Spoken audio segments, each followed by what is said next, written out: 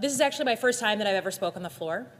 I'm a freshman senator, newly elected from the state of Michigan. I did not anticipate doing my maiden speech so quickly and in reaction to what is going on right now in the country. You know, they tell us that the maiden speech is supposed to be something you think about and you build up to it in the first 3 or 4 months. You give your first speech, and I find myself here early in the morning participating in an attempt to stand up on behalf of something very, very simple, which is the U.S. Constitution. I am very keenly aware that I won as a Democrat on the same ballot as Donald Trump, right? So that means the very independently minded voters of Michigan voted for Donald Trump and Alyssa Slotkin on the same ballot. That gives me a very specific mandate. That means wherever I can, I'm going to be looking for places that I can work together, and on things like veterans issues or broadband internet, agriculture. But I think every day my challenge is going to be to figure out what are the things I have to compromise on and what are the things I should never compromise on. And in my short 30 days here, what has become clearer and clearer to me is that the issues that I should never compromise on go right to the heart of who we are as a people. That's our Constitution, our democracy, and our rights. And I think there's going to be plenty of areas where I can overlap with Trump policies, right? The auto industry, agriculture, dealing with China. I think there's going to be overlap. But what has disturbed me the most in my first month here, 30 days on the job, is the willingness of people in this city and in this body to roll over as the Constitution, our most sacred document, is pushed aside. You know, we are here all night because of the nomination of a guy that probably most people in Michigan I know have never heard of, Russell Vought. He's to potentially run an agency that most people have probably never heard of, the Office of Management and Budget. But what they don't know about this wonky side of Washington, they felt last week. They felt it. For the first time, the Trump administration reversed something that they did in their first 2 weeks. And why did they do that? They reversed themselves on a full federal freeze of all funding, right? The Trump administration froze every single dollar that was going out across the country, not for a future budget, but for money that had already been appropriated by this body, by people who sit in this room, by people who have been here for 30 years. And again, that might not have really caught much notice in a place like Michigan, except for the fact that that money had already been planned for and in use by thousands upon thousands of organizations and people. So we heard an unprecedented number of calls in my office. I think we had 5,000 calls come into our office when that funding freeze went into place. We heard from people in law enforcement. I had deputy sheriffs in my office saying, hey, we get a chunk of money to pursue sexual assault cases. We hire deputies with that money. Do I need to fire those deputies or let them go? We heard from cancer researchers and scientists who said, I'm trying to research better treatment for cancer, and it's just been cut off. One of the most painful calls that I got was from a doctor at the National Institutes of Health, pediatric oncologist, who does trials, critical trials for very sick children, who said, I don't know if I can continue my trial or not. We heard from Head Start. We heard from our superintendents. We heard from people, Democrat and Republican. This was not a partisan thing. This was people who had built a budget and who were serving the people of Michigan and now who couldn't receive their money. The reason I bring this up, first, the Trump administration, again, reversed themselves in less than 48 hours because they don't like being unpopular. They don't like when the people in places like Michigan are unhappy with them, Democrat, Independent, Republican. So they reversed themselves very quickly. But Mr. Vought, Russell Vought, who is up as the nominee for the agency that spends the money, that puts it out into the world, he has said very clearly that he does not believe that this branch of government is, as the founders intended, able to appropriate money for a specific reason, that the President of the United States can actually decide how to spend it. I had the opportunity to personally question Mr. Vogt. I'm on the Homeland Security Committee. He came in front of our committee, and I don't care that he's been in Washington for 25 plus years, that he's, been burrowing himself in think tanks and has very specific kind of Washington, D.C. ideas about things. I don't care about that. What I cared about, and the one real fundamental question is, will you uphold the Constitution? You're going to swear an oath. Every single person who gets sworn in swears an oath to the Constitution to protect and defend it. I have taken it many times. Many in this room have taken it. You do not swear an oath to protect and defend any one person, any one president, any one king. You protect the Constitution. And he could not articulate that if he was asked to do something that contravened the Constitution, he would push back. Again, this is a small soda straw issue on a much bigger trend that's happening in the first couple of weeks that President Trump has been in office. I personally do not question that President Trump won the election. I do not question that he and his administration have the right to nominate their own people, and they have the right to create a new budget, forward-looking budget that they propose here. I don't question that they're going to perform policies and put out policies that I'm going to fundamentally disagree with. That's not in question. To me, the only thing that matters is that any administration uphold the Constitution, because if not, what are we? What are we doing here? I certainly don't know what my colleagues across the aisle are doing in this body if they're not interested in being a co-equal branch of government, right? And I understand. You can have those conversations in private. I understand people are concerned about sticking their necks out. We have a culture of fear that is dominating Washington right now. But to me, it is important to stand up for the very core things that make us Americans. We got to support the Constitution. We got to invest and believe in our democracy and not wipe it aside because we happen to like one politician over the other. I understand that President Trump was elected with a mandate to bring in disruptors to the government. That is very clear, right? My colleagues on my side of the aisle who say, well, this is disrupting everything. I said, that's the point. That's what President Trump ran on. So that I don't question.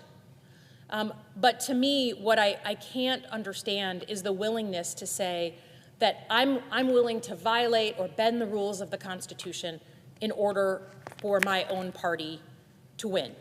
The other pieces that we're seeing that to me are hard to process are things like the sort of across-the-board pushing out of people in the civil service, right? And I say this as a former civil servant. What's going on at the FBI? What's going on now at the CIA, at the Director of National Intelligence Office, NSA. I'm a former intelligence officer, and I understand what people do every single day in the dead of night when no one is watching to protect us. And again, as someone who was in the federal government, I will be the first one to say that there is fat on the bone. I will be the first one to say that when I was a boss in the federal government, I couldn't fire people who deserved to be fired as easily as I wanted to. That's, to me, not a question. And I actually don't have a problem with a group taking a hard look at cutting back federal government and the different departments and agencies. I think what I take issue with is the complete lack of strategy or even understanding of what those across-the-board slices are going to do to the average security of someone on the ground in Michigan. When those proposals first came out, the letters saying you can leave the government, first of all, I think those letters have almost no credibility, okay? The letter, which was a carbon copy of what Elon Musk sent to Twitter employees, said, you can go ahead, we'll pay you out. Okay, this body appropriates money. So any commitments of money by the executive branch, right there, like that's extremely fishy. Number two, they said, you can leave, we will pay you for sitting home for 8 months, but you know what, if you want, even better, go and get a job. Go and get a job somewhere else, like best of luck to you. I think they were misunderstanding that there is federal law that a federal government employee, as I was, cannot take a job in the same field. It violates laws on conflict of interest, right? If you work on the railroads at the Department of Transportation and then you go and work for a private railroad company, that's an inherent conflict of interest. And by the way, if you're a CIA officer and you go sit home and then a Chinese company wants to hire you because they know you understand the intelligence community, massive conflict of interest. So those offers to me are worth the paper that they're printed on. And I think, again, speaks to this complete lack of awareness of what this does to real people. Some of the first people who got those letters in Michigan were FAA flight safety instructors and evaluators.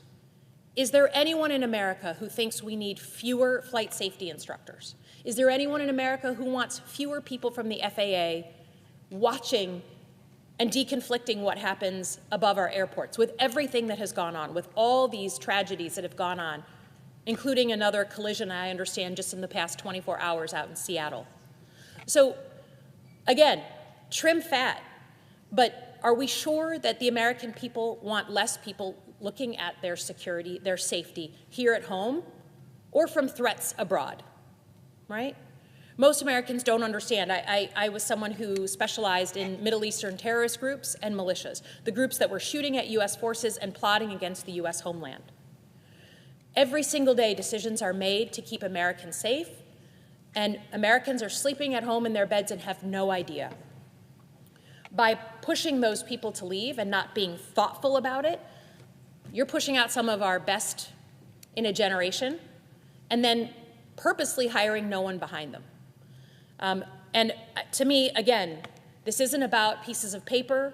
This is about the safety of American citizens. You know, the other thing that is just rubbing people the wrong way, that is just fundamentally feeling wrong to citizens of all stripes, is the idea that a group of billionaires are coming in and leading around this administration by the nose, leading them around, right? We're all here talking about confirmation of officials. What's the point of confirming a cabinet secretary at the Treasury if a billionaire can just parachute in with a bunch of 25-year-olds to tell him what to do? I mean, that's humiliating for the cabinet level official, not to mention what that does to the President of the United States, right? Just look online. American citizens don't want unelected billionaires with their private data, all their tax information, their Medicare health care records, right? Is there anyone who wonders what Elon Musk and anyone else is going to do with that data? What do they want it for? The goals of a billionaire are not the same as the goals of the average American citizen. He has other conflicting interests. And let me just say, the number of interests he has in China is public record. The closeness of that relationship is well documented. And his relationship, by the way, with his competitors, right? I come from Michigan. We are American Autos. He has no love for our car companies. And now he has the data of every single competitor, of every single person he's ever negotiated with, of every single person that he doesn't like. Is there anyone who wonders that he's going to put a backdoor on that information and have access to it for the rest of time? American citizens care about their privacy, especially their tax records, their health care records. So I think this idea that this administration is being led around by its nose by billionaires does not pass the sniff test. And I've had a lot of people call me, write me, text me, who are Trump supporters, who said, hey, you know, I voted for Trump and I still think he's the guy, but I don't like them sharing my data with these seeming oligarchs. So I think, again, I don't dispute that Trump has the ability to do things that I'm not going to like. It's the things that violate law. And make no mistake, a new government employee who hasn't turned in a financial disclosure form, who hasn't gone through the full background check, who's just been stamped an employee, does not have the right to have all that information. And now we have lawsuits that are coming. So this will be metered out in court. But I think the bigger question is, what does it mean to have a president that's beholden to a bunch of billionaires? What does that change about their calculus when they're sitting in the privacy of the Oval Office making critical decisions? Why is the President of the United States tweeting about South Africa? Is there anyone, at least in the state of Michigan, who woke up this week and said, South Africa is super important to my personal interests in Michigan? No. He's tweeting about South Africa because Elon Musk told him to, right? He's being led around by his nose. And I think people are starting to see that. And again, if Elon Musk wants to help look at how to reform the government, that's one thing. Access to our data is a whole other ball of wax, and it is not for the interests of the United States. Now, I'll just say in closing that this body has a special responsibility. There are 100 of us. We are the senior most, or some of the most senior elected officials in the country. That means we have the roles here in legislation and appropriation. It also means we have convening power. We have the ability to pull people together and lead. And that is what the country is asking for right now. They're asking for leadership from this body, from Democrats and Republicans, from people who are new and people who have been here 35 years. They're asking for us to stand up for them and to keep this country alive through these volatile years. History will watch this period, right? History will watch what we do on both sides of the aisle. And for me, as someone who's new to this body, 30 days in this body, I will always seek to work where I can with my colleagues, but not at the expense of the fundamental freedoms and our democracy. That may not be politically palatable back home, but I don't care. Because if we can't do it, what is the point? What is the point of being senior elected leaders in this body if you don't stand up for the country that you love? There's no king in this country. There's an elected president. Please stand up on behalf of your country.